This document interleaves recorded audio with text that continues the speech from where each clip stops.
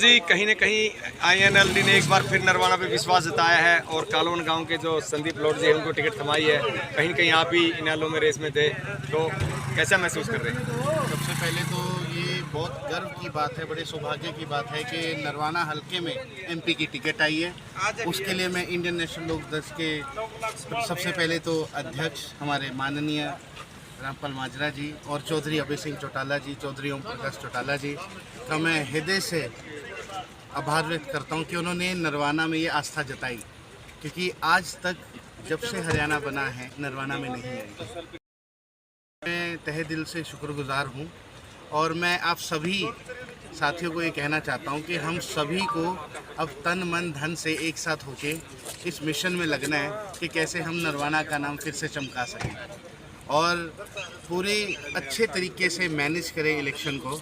और बहुत ही खुशी का मौका है कि जैसे पहली बार डिप्राइव शेड्यूल कास्ट की कम्युनिटी को रिप्रेजेंटेशन का मौका मिला है कि वो भी लोकसभा में रिप्रेजेंट कर सकें, तो ये सभी के लिए बहुत गर्व की बात है, नरवाना के लिए, कम्युनिटी के लिए। तो मैं आप सभी से आशा करता हूं कि आप तन मन धन से आगे आएँ और समर्थन करें।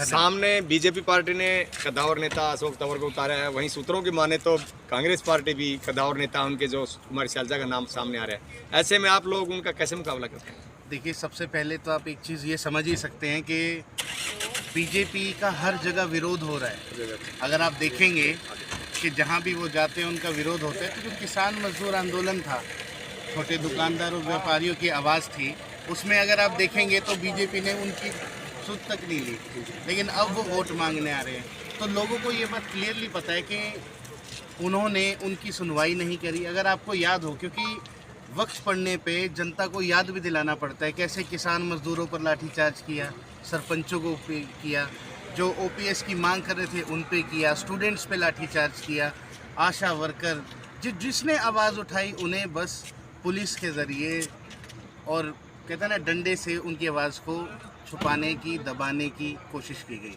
तो ये जनता नहीं भूली है, तो इसको वो अपने अंदर कहीं संजोए बैठी है और इसका जवाब वो ज़रूर देगी। एक सुनीता दुग्गल MP रही थी, इस बार उन्हें उनका टिकट है जो कट चुका है, तो क्या लगता है कि आपने उन्होंने काम नहीं करवाया कि किस प्रकार? देखिए, ये उनके पार्टी का अपना निर्णय है कि उनकी टिकट क्यों कटी, लेकिन मैं ये कहना चाहूँगा कि अगर आप जितना भी देखेंगे कि आपको फील्ड में कंटिन्यूसली एक्टिव रहना पड़ता है, क्योंकि जब आप किसी जगह से उम्मीदवार होते हैं तो आपको जनता के टच में रहना बहुत ज़रूरी है, क्योंकि तभी आप उनके सही मायने में रिप्रेजेंटेटिव होंगे।